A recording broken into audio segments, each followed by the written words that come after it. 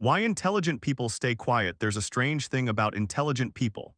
The more they understand, the less they sometimes feel the need to speak. Not because they have nothing to say, quite the opposite. They may have noticed the contradiction in the conversation. They may have understood the hidden emotion behind someone's words. They may have already thought 3 steps ahead, and yet they simply sit there, quiet while everyone else is talking. Visual, a group of people having an animated conversation while one person quietly observes from the side.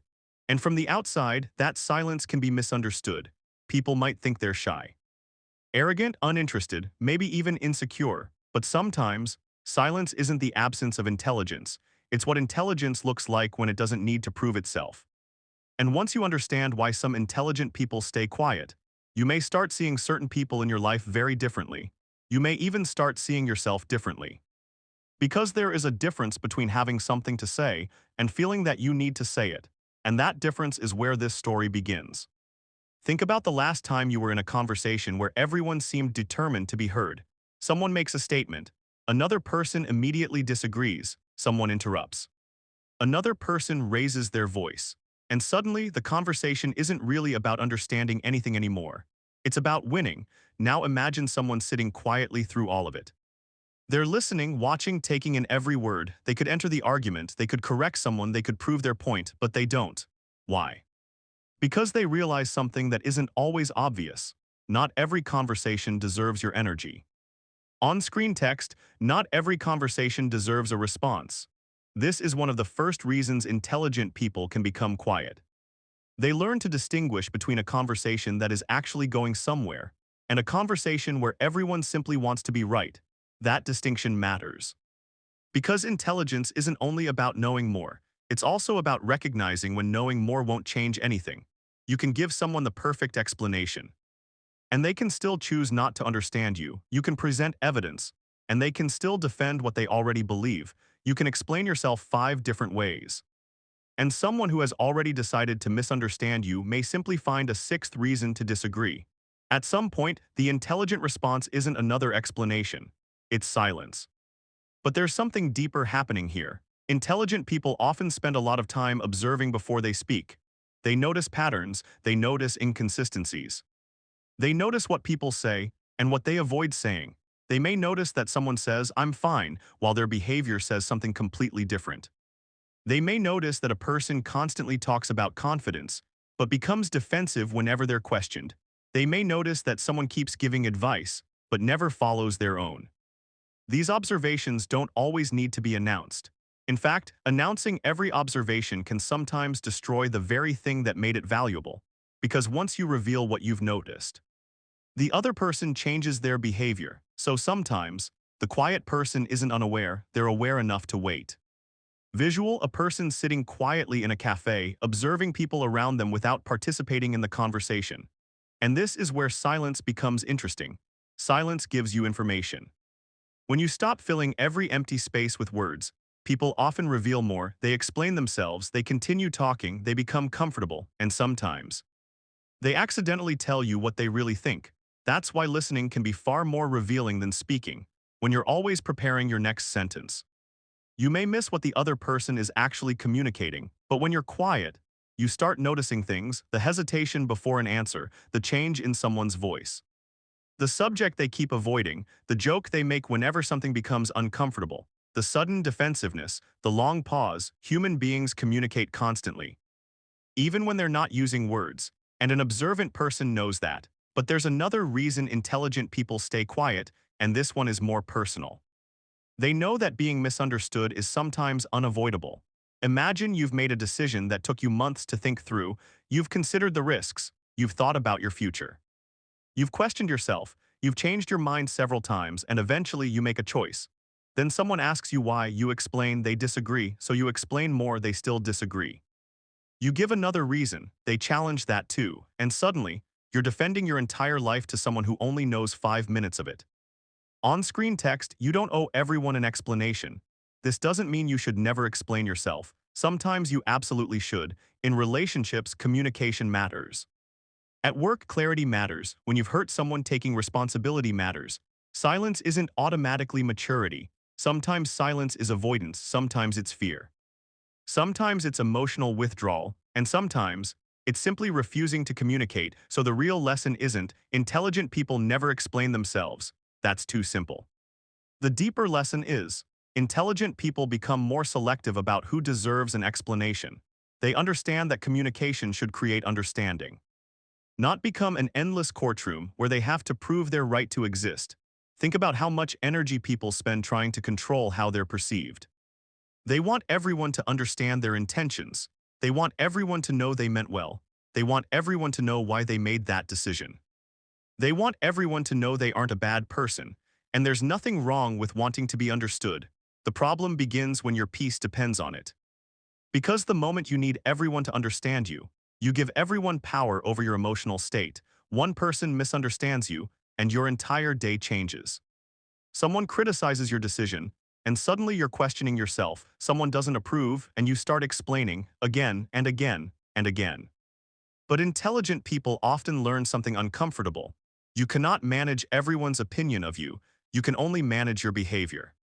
Visual: a person reading a critical message on their phone, then calmly putting the phone down. This is where quiet confidence begins, not with having the perfect response, but with realizing, I don't have to respond to everything. There's also a psychological difference between reacting and responding. A reaction happens quickly. Someone says something, you feel something. You answer. A response creates space between the event and your behavior. You hear the comment, you notice your emotion, then you decide what deserves to happen next. That tiny space can change everything. Because when you're emotional, the smartest sentence in your head may not be the smartest sentence to say out loud. You might win the argument and lose the relationship. You might prove your point and create resentment. You might say exactly what you think and regret the way you said it. So sometimes intelligent people pause. Not because they don't know what to say, but because they know exactly what they could say, and they understand the consequences. That's a very different kind of intelligence. Now here's where people often get confused. Quiet doesn't always mean intelligent, and loud doesn't always mean unintelligent. There are incredibly intelligent people who are outspoken. There are quiet people who have very little insight. There are confident people who talk a lot. There are insecure people who barely speak. Human behavior is more complicated than personality stereotypes. So this isn't about turning silence into some kind of superior personality trait. It's about understanding why silence can sometimes be useful. The real question isn't, how much do you talk? It's, why are you talking? And perhaps even more importantly, why are you staying quiet? Are you quiet because you're thinking or because you're afraid? Are you listening because you're curious or because you're disconnected? Are you choosing not to argue because you've found peace or because you're avoiding something difficult? Those questions matter because the same behavior can come from completely different places. Imagine two people sitting silently during an argument. The first person is silent because they're thinking, I don't want to say something cruel that I'll regret. The second person is silent because they're thinking, I want you to suffer until you apologize. From the outside, both people look quiet, but internally they're doing completely different things. One is regulating emotion, the other is using silence as punishment, and that's an important distinction. Healthy silence creates space. Unhealthy silence creates confusion. Healthy silence can protect a conversation. Unhealthy silence can destroy trust. So if you're someone who naturally stays quiet, don't automatically assume that your silence is wisdom. Ask yourself what your silence is accomplishing. Is it helping you understand? Is it helping you think? Is it protecting something valuable? Or is it simply helping you avoid something you don't want to face? That question can reveal a lot. There's another reason intelligent people may become quieter as they grow older. They discover that complexity is everywhere. When you're younger, many things can feel simple. Someone is right, someone is wrong, someone is good, someone is bad. A decision is either smart or stupid, but experience introduces more shades of gray. You realize people can hurt you and still love you. Someone can have good intentions and still cause damage. You can disagree with someone without believing they're a terrible person. You can be right about something and still be wrong about another part of it. And once you understand complexity, you become more cautious about making absolute statements. You start saying things like, it depends, maybe, there's another side to this, I don't know enough yet, and strangely, some people interpret that uncertainty as weakness. But being willing to say, I don't know, can require more confidence than pretending to know everything. On-screen text, intelligence can tolerate uncertainty. Because the insecure mind often wants certainty, the thoughtful mind can tolerate questions. This is also why intelligent people may ask more questions than they give answers. They understand that one answer can create 10 more questions. You learn something about human behavior. And suddenly you realize how much you don't understand. You study relationships and discover that people can love each other and still misunderstand each other. You learn about communication and realize that sometimes the words aren't the problem. The timing is, the emotional state is, the history between the people is, the expectations are, context changes everything. So instead of rushing to judgment, an intelligent person may pause and ask, "What am I missing?" That one question can completely change the way you see people. Visual close-up of someone listening carefully during a conversation, choosing not to interrupt. Because maybe the angry person isn't simply angry, maybe they're hurt. Maybe the person who seems distant isn't trying to reject you. Maybe they're overwhelmed. Maybe the person who keeps talking isn't arrogant. Maybe they're nervous. Maybe the person who disagrees with you isn't attacking you. Maybe they simply see the world differently. You don't have to agree with someone to understand them. And understanding someone doesn't mean approving of everything they do. It simply means you're willing to look beyond the first interpretation. But there's a cost to being highly observant. Sometimes you notice too much. You notice the tension in a room. You notice when someone isn't being genuine. You notice when a friendship has changed. You notice when someone is slowly pulling away, and once you see a pattern, you can't always unsee it. That can make social situations exhausting. Because while everyone else is enjoying the conversation, you're noticing what's happening underneath it. You're wondering why someone suddenly changed their tone. Why another person stopped contributing, why the room became uncomfortable after one particular sentence. And sometimes, you wish you hadn't noticed. Visual, a person at a crowded gathering, surrounded by people but lost in quiet observation. This is one reason some thoughtful people prefer smaller conversations, not because they hate people, but because depth is more interesting to them than noise. They would rather have one honest conversation at midnight than spend 3 hours talking about nothing. They aren't necessarily antisocial. They may simply be selective about where they place their attention, and attention is one of the most valuable things you have. Think about social media for a moment. Every day, people are encouraged to react to the news, react to someone's opinion, react to a stranger's comment, react to an argument. React to something they saw for 12 seconds. And the internet can create the illusion that having an opinion immediately is a sign of intelligence. But sometimes, the smartest thing you can do is wait, read more, think longer, understand the context, then decide whether your opinion is even necessary.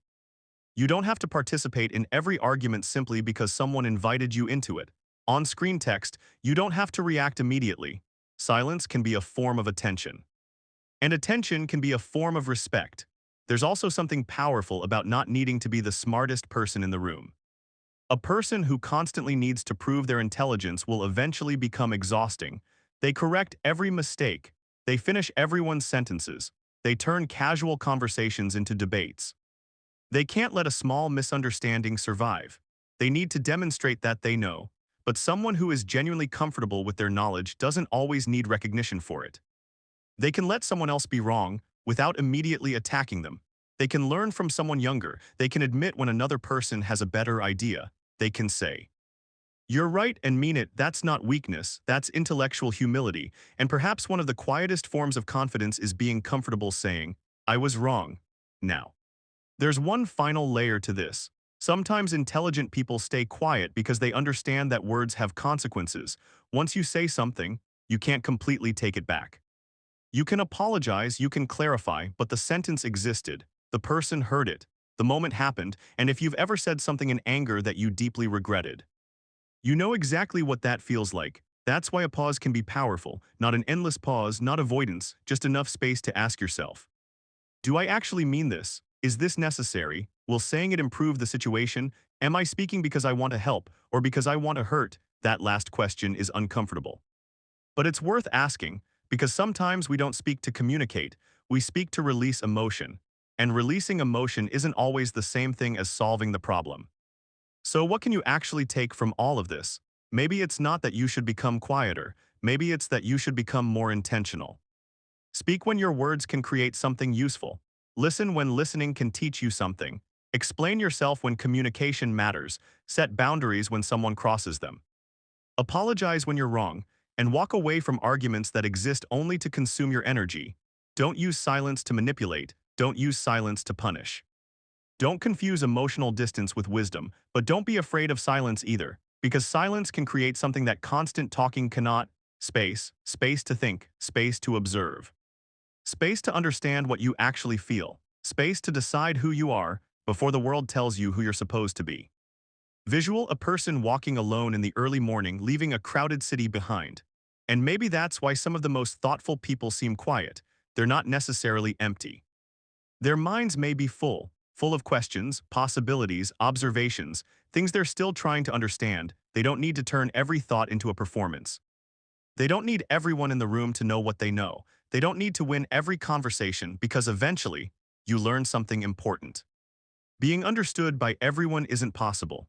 Being right all the time isn't possible. Being liked by everyone isn't possible. And explaining yourself endlessly won't change that. So you begin to choose which conversations matter, which people matter, which battles matter, and which moments are better left untouched. On-screen text, choose your words. Choose your silence. Maybe the goal was never to become the loudest person in the room. Maybe it was never to have the perfect response. Maybe intelligence isn't always about having more answers. Sometimes it's having enough awareness to know when an answer isn't needed, enough confidence to admit when you don't know, enough patience to listen, enough emotional control to pause, and enough self-respect to stop explaining yourself to people who have already decided not to understand. So the next time you meet someone who doesn't say much, don't immediately assume there's nothing going on beneath the silence. They may simply be thinking, observing, listening, or deciding whether the moment actually deserves their words.